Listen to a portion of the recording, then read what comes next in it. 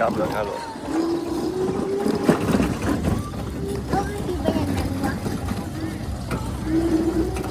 โอ้ย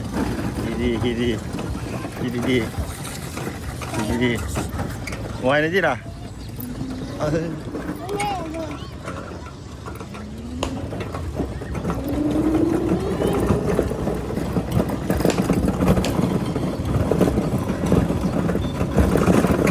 เขาพูดเลยนะ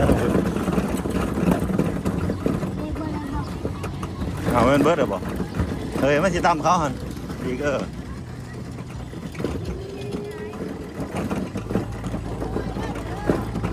จอดไปเดี๋ยว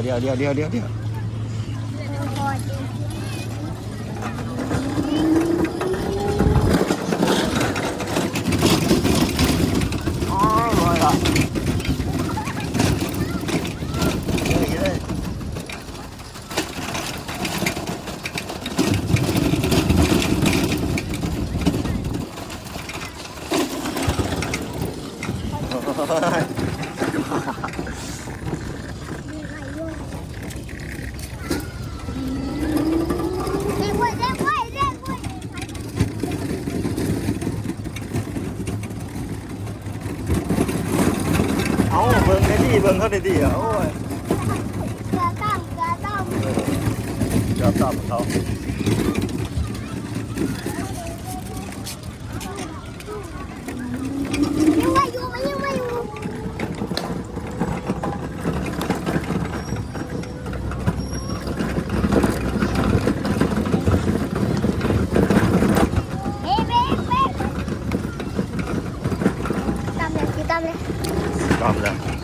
จำเลย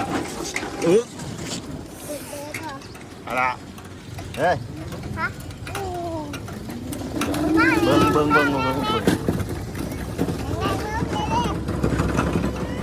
ไปเลยเบิ่งก้นเนี่ยใ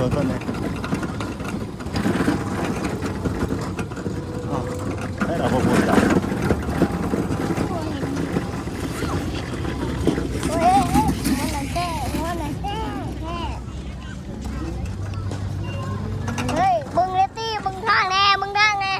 เจ้าได้เบิ่งทาง